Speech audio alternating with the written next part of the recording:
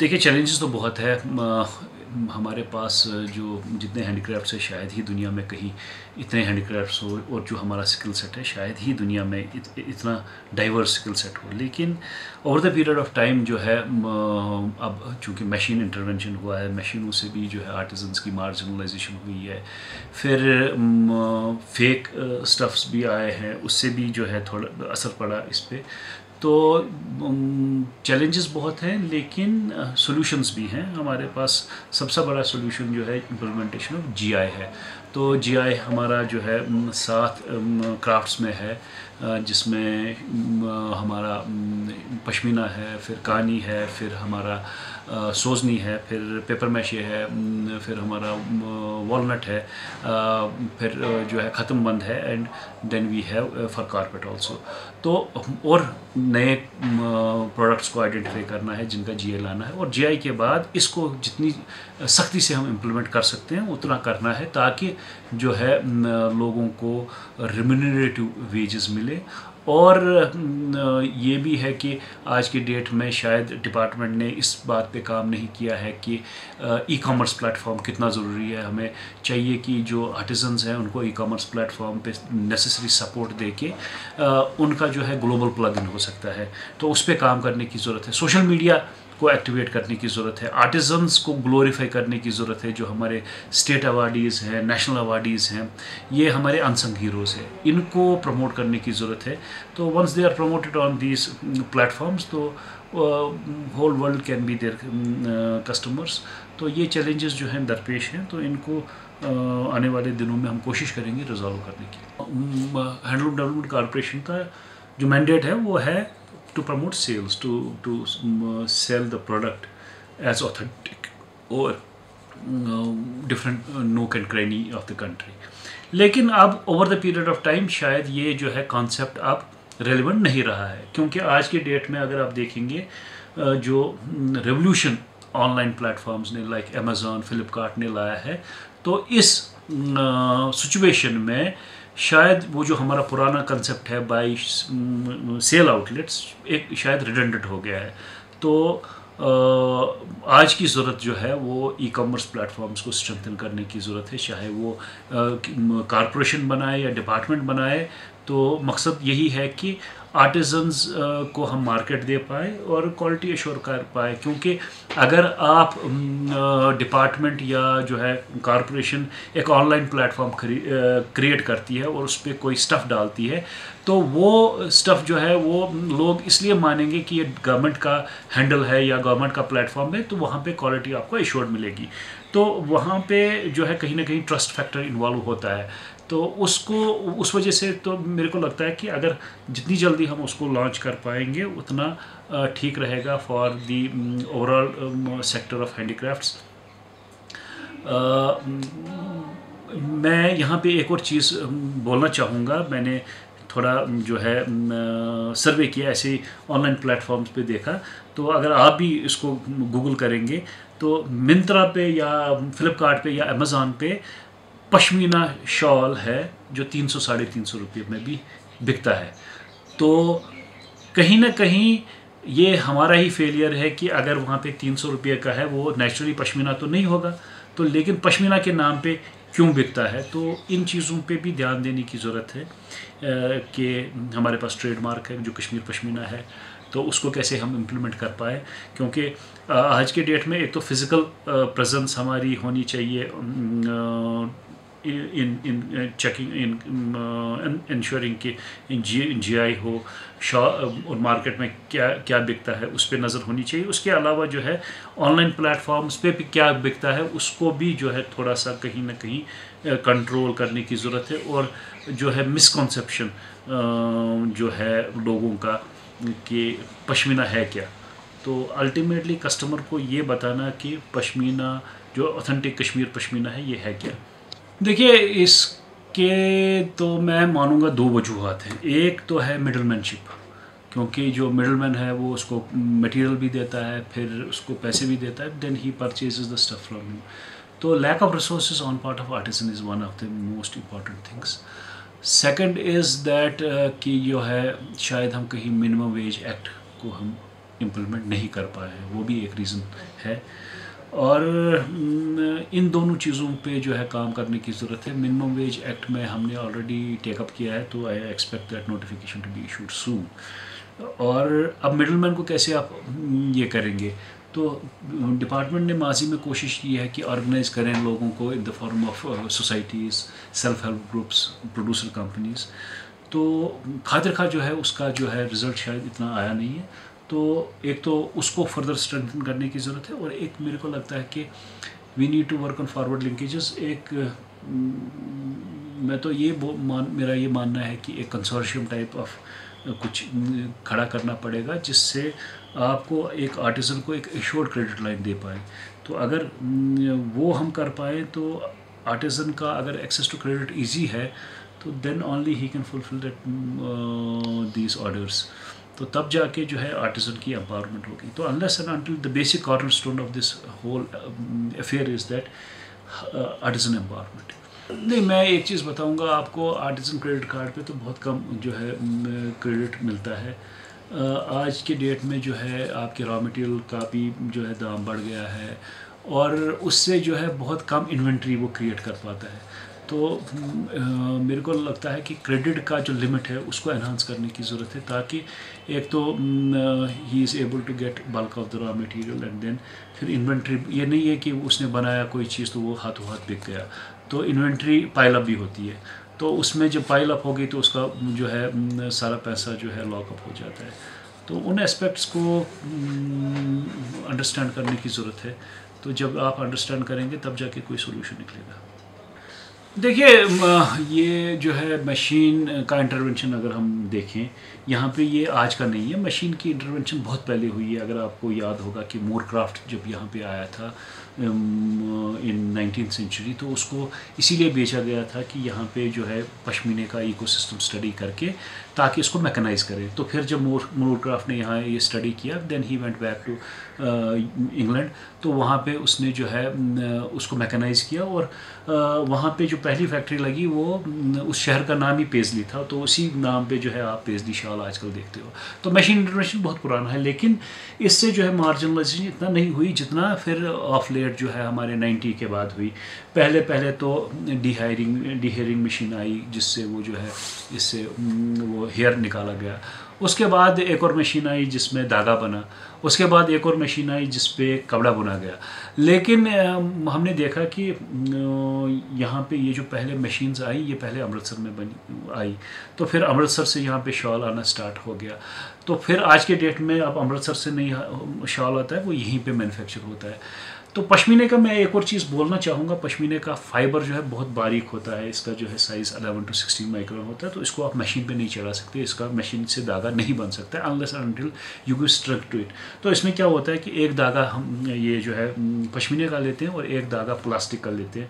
तो प्लास्टिक से इसको स्ट्रेंथ आती है। तो जब ये मशीन पे चढ़ पाता है, तो फिर जब एक ये धागा जब बनता है तो फिर इसका कपड़ा बुना जाता है, और कपड़ा जब बनता है फिर उसको कार्बनाइज करके इस प्लास्टिक को वापस निकाला जाता है। तो जब ये प्लास्टिक वापस निकल जाता है तो इससे क्या होता है, इससे बॉबलिंग होती है। तो मशीन मेड शॉल की न तो वो फिनेस रहती है, न वो टेक्सचर रहता है, और न वो क्वालिटी रहती है, क्योंकि आप मशीन मेड शॉल्स की इमीडिएटली बॉबलिंग होती है। एक और चीज़ है जो मशीन से हुआ है कि हमारी जो यहाँ पे मशीन्स, मैंने चूँकि इंडस्ट्रीज़ में भी टाइम गुजारा है, कि हमारी ये जो है मशीन सारी ये रेट्रोफिटेड कॉटन कार्डिंग मशीन है। तो इसमें जब ये हम पश्मीना डालते हैं तो ये मशीन बनी है कॉटन को प्रोसेस करने के लिए, पश्मीने को प्रोसेस करने के लिए नहीं बनी है। तो इससे जो हमारा एडवांटेज है, natural advantage of this finest fibre जो चांगथांग से आता है, जो finest of the finest fibre होता है, तो इस मशीन पे डालने से उसका जो क्वालिटी इरोड होता है, उसकी लेंथ कम हो जाती है। तो विद द रिजल्ट जो है हमारी क्वालिटी उन मशीन्स पर प्रोसेस करने से इरोड होती है। अब यूरोप में हमने क्या देखा, यूरोप में अगर हम इंटरनेशनल ब्रांड की बात करें, लोरा पियानो एक बड़ी कंपनी है जो इटली में लोकेटेड है, और वो जो है रिकूनिया का सारा जो प्रोडक्शन है वही हैंडल करती है। अब उनके पास वो हाईली सोफिस्टिकेटेड मशीन्स है विच कॉस्ट इन मिलियंस। तो शायद यहाँ लोग जो है इसको अफोर्ड नहीं कर पाते। तो चूँकि रेट्रोफिटेड मशीन्स पे जब प्रोसेस हम करते हैं पश्मीना को, तो उससे मशीन मेड पश्मीने की क्वालिटी बहुत ख़राब होती है। अब जब machine made pashmina it cost about 3,500 rupees पर शॉल। अब हाथ से बना हुआ पश्मीना जो है 8 से 10 हज़ार तक होता है। तो अब जब कस्टमर के पास जाता है तो उसको पता नहीं मशीन मेड क्या है, हाथ का बुना हुआ क्या है, तो of course he falls for the cheaper one. तो इस चीज़ को चेक करने के लिए जीआई का इंटरवेंशन बहुत इंपॉर्टेंट है। तो जीआई को जितना हम स्ट्रिंजेंटली इन्फोर्स करें उतना जो है आर्टिजन्स की एम्पावरमेंट होगी। और कस्टमर जब खरीदता है तो वो इसी वजह से ख़रीदता है कि ये हैंडमेड शाल है। हैंडमेड शाल जो है कश्मीर शायद जाना जाता है क्योंकि जो यहाँ पे कारीगरी है वो शायद दुनिया में कहीं नहीं है। तो शाल की फिनिश जो है, शाल का टेक्सचर जो है वो हैंडमेड से ही आता है। मशीन अभी उस लेवल का एवोल्यूशन अचीव नहीं कर पाई है। तो लेकिन ये जो है अगर इसको हमको मशीन का एक एडवांटेज ये है कि मास प्रोडक्शन हो सकती है। आप ज़्यादा जो है टर्नओवर आपका ज़्यादा हो सकता है, you can cater to the mass clientele. लेकिन अगर आपको निश प्रोडक्ट को केटर करना है तो उसमें हैंडमेड के अलावा कोई और पॉसिबिलिटी है नहीं। तो जब तक हम जीआई को एनफोर्स नहीं करेंगे स्ट्रिंजेंटली तब तक जो है आर्टिजन्स और जो है या ये जो चीटिंग है विद द कस्टमर वो शायद होती रहेगी। तो इसको चेक करना बहुत ज़रूरी है। देखिए इन्वेंट्री तो बिल्डअप हो गई है, दैट्स नेसेसरी, और उसको जो है मार्केट देना बहुत लाजमी है। हमने जो है हैंडलूम हैंडक्राफ्ट डेवलपमेंट कॉरपोरेशन ने जो है अभी रिसेंटली बहुत सारी इन्वेंट्री परचेज़ की है। अभी अब चूँकि कोविड सिचुएशन से हम बाहर आ रहे हैं, अभी हमने जो है दिल्ली हाट में स्पेसेस ली हुई हैं और वहाँ पे जो है हमारी एग्जीबिशंस कम सेल चल रही है। अभी आने वाले दिनों में हम और भी जगहों पे जहाँ पे एग्जीबिशंस हो रहे हैं वहाँ पार्टिसिपेट करेंगे। उसके अलावा आने वाले दिनों में एक मुफस्सल जो है एग्ज़िबिशंस का होना बहुत लाजमी है। तो हम इंशाल्लाह कोशिश करेंगे कि सितंबर महीने से ही डिफरेंट एग्ज़िबिशंस में पार्टिसिपेट करें ताकि हम जो है इसको मार्केट करें। लेकिन फिर मैं वापस आना चाहूँगा ऑनलाइन प्लेटफॉर्म्स पे। ई कॉमर्स को एक्टिवेट करना डिपार्टमेंट के लिए अशद ज़रूरी है। हमने जो है कोशिश ऑलरेडी स्टार्ट की है। हमने जो है हमारा MOU हुआ है फ़्लिपकार्ट से जिसमें हमने आर्टिजन्स को फ़्लिपकार्ट पे लाया हुआ है। अमेज़ॉन पे हमारे बहुत सारे आर्टिजन्स हैं, लेकिन अगर हमारे 1000-2000 आर्टिजन्स इस टाइम ऑनलाइन प्लेटफॉर्म्स पे है ये बहुत कम है क्योंकि हमारा जो आर्टिजन बेस है बहुत बड़ा है।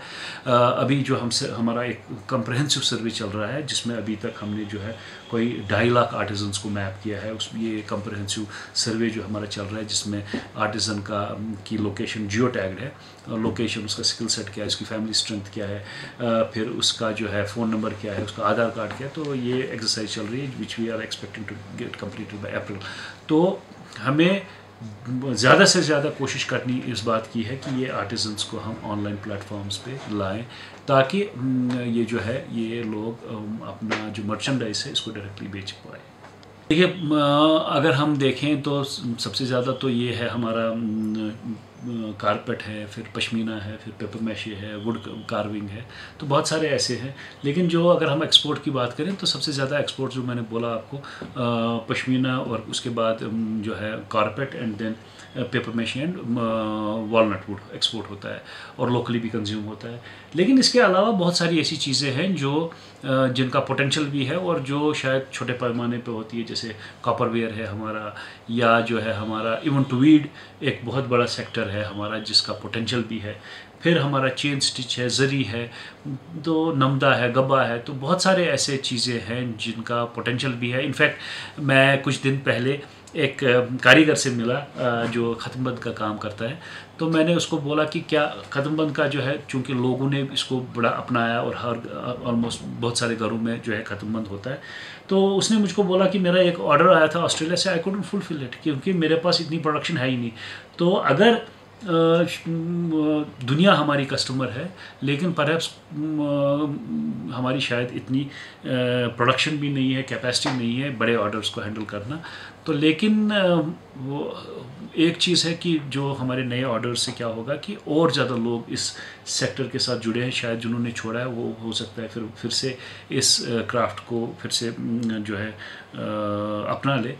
तो क्योंकि अनफॉर्चुनेटली ये है कि धीरे धीरे बहुत सारे क्राफ्ट्स ख़त्म हो गए, तो अगर क्राफ्ट्स के बगैर तो कश्मीर का तस्वुर करना ही जो है इनकम्प्लीट रहेगा। आई एम नॉट, अभी तो ये मेरे को नहीं लगता कि हमने कोई ऐसा सर्वे किया है जिसमें हमने प्रोडक्शन एसेस की है। यहाँ पे जितना भी सर्वे हुआ है वो आर्टिज़न सर्वे हुआ है कि हमारे आर्टिज़न्स कितने हैं, और जो है हमारा जो एक फ़िगर आता है जो हमारा एक्सपोर्ट्स का फ़िगर आता है। उसके बाद अब जब जीएसटी आया है तो मेरे को लगता है कि ये फ़िगर जो है शायद हमने सेल्स टैक्स से लाने पड़ेंगे कि बाय वर्च्यू ऑफ हैंडीक्राफ्ट्स की जीएसटी रियलाइजेशन कितनी है, तो वो हमको एक आइडिया देगा कि हमारा प्रोडक्शन क्या है। Over the period of time जो है हमने देखा है कि एक्सपोर्ट्स हमारे नहीं बढ़ रहे हैं, और जो है number of artisans also dwindling. एक जो है एक और खदशा जो है कि बहुत सारे क्राफ्ट्स हैं जो on the brink of extinction है। मैं एक मिसाल आपको बोलूँगा, यहाँ पे एक आर्ट प्रैक्टिस किया जाता था जिसका नाम फ्लिकरी है। अब शायद ही 7-8 आर्टिजन्स रहे हैं। इसी तरह एक और यूनिक जो क्राफ्ट के बारे में मेरे को पता चला कि यहाँ पे जो है हमारा अपना एक कश्मीरी रबाब बनता था, आज एक आर्टिज़न कुल बचा हुआ है जो रबाब बनाता है। तो इन क्राफ्ट्स को बचाने की ज़रूरत है।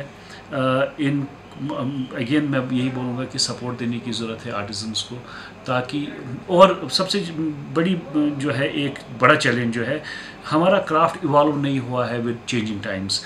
हमारी जो है कलर स्कीम वही है पुरानी, या डिज़ाइन जो है हमारे वही पुराने हैं, या फ्यूजन पे काम नहीं हुआ है। तो जब आप आर्टिजन्स को सपोर्ट देने की बात करते हैं तब जो डिज़ाइनर्स हैं, डिज़ाइन इंटरवेंशन जो है वो it has to be continuous. तो ये नहीं है कि आपने एक आर्ट डिज़ाइनर को बुलाया फिर उसके बाद आप आर्टिज़न को भूल जाएंगे। आज के डेट में ज़माने में you have to be very competitive and you have to be up to the mark, और जो ट्रेंड है उसी के हिसाब से चलना है। तो आर्टिजन्स को ये समझाना कि कौन से मार्केट के लिए कौन सी कलर स्कीम है, किस मार्केट में कौन सा डिज़ाइन चलता है, बहुत ज़रूरी बोलना है। शायद जो यूरोप में चलता है वो शायद रेस्ट ऑफ द इंडिया में नहीं चलेगा, या जो ये जो हमारा मिडल ईस्ट है उसमें उसकी डिमांड कुछ और होगी। तो डिफरेंट मार्केट्स के लिए डिफरेंट चीज़ों को क्रिएटर करना, इसमें आर्टिजन्स को सपोर्ट देना डिपार्टमेंट की बहुत ही इसमें ज़रूरत है। देखिए, हमारे एक्सपोर्ट्स में जो है गिरावट आई है, लेकिन आपको पता है पिछले 1-1.5 साल से हालात जो ठीक नहीं रहे। हमारा जो है एक्सपोर्ट यूजुअली सबसे ज़्यादा जो है कालीन और शॉल होता है, फिर उसके बाद फॉलोड बाय पेपर मेशी एंड वॉलनट। तो हमारा सबसे बड़ा मार्केट जो है हमने देखा है कारपेट के हवाले से America and Germany has been there. फिर शॉल्स हमारे मोस्टली मिडल ईस्ट में जाते हैं। तो लेकिन एक और चीज़ मैं बताना चाहूँगा, जो हमारे फिगर्स भी हैं, हमारे पास जो फिगर्स आते हैं वो उनका प्लेस ऑफ ऑरिजिन श्रीनगर होता है, वो हमारे पास फिगर्स रहते हैं। लेकिन हमारे बहुत सारे एक्सपोर्टर्स जो है दिल्ली या मुंबई से भी एक्सपोर्ट करते हैं, वो शायद हमारे खाते में एक्रू नहीं होता है। लेकिन ये है कि एक्सपोर्ट्स को प्रमोट करने की बहुत ज़रूरत है, ओवरसीज़ मार्केट को एक्सप्लोर करने की ज़रूरत है। अभी हाल ही दिनों में हमारा एक जो है एक डिजिटल इंटरेक्शन हमारा रहा विद कॉन्सुलेट जनरल टोरंटो। तो वहाँ पे जो है बहुत सारे इंपोर्टर्स थे और हमारे साइड से एक्सपोर्टर्स थे, और मैंने जो है एक प्रेजेंटेशन दी वहाँ पे हैंडीक्राफ्ट्स के हवाले से। तो क्योंकि देखिए, अगर अमेरिका हमारा बड़ा मार्केट है कारपेट्स में, तो वाई कांट कनाडा भी, बिकॉज ये कॉन्टिग्यूस जो है जगह है, और कश्मीरी डायस्पोरा इक्वली डिस्ट्रीब्यूटेड है अमेरिका में भी और कनाडा में भी। तो एडिशनल मार्केट्स को एक्सप्लोर करने की ज़रूरत है। लेकिन जब हम एक्सपोर्ट्स की बात करते हैं तो हमको we have to set our basics right. GI शायद कंट्री में जो है उसको एक्नॉलेज किया जाता है, लेकिन ओवरसीज़ मार्केट में हमारा ट्रेडमार्क चलता है।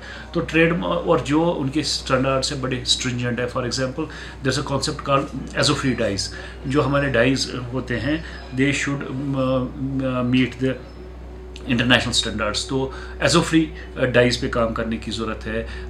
ट्रेडमार्क को स्ट्रिंजेंटली एनफोर्स करने की बात है। तो ये चीज़ें जो है हमको अपनी इंस्टीट्यूशनल कैपेसिटी बढ़ानी पड़ेगी, ताकि जो है एक्सपोर्ट्स को प्रमोट करें, और इसी के साथ साथ जो है आर्टिजन्स की hand holding in the form of design improvement, in the form of giving them necessary access to credit. तो तब जाके जो है एक्सपोर्ट्स हमारे बढ़ेंगे।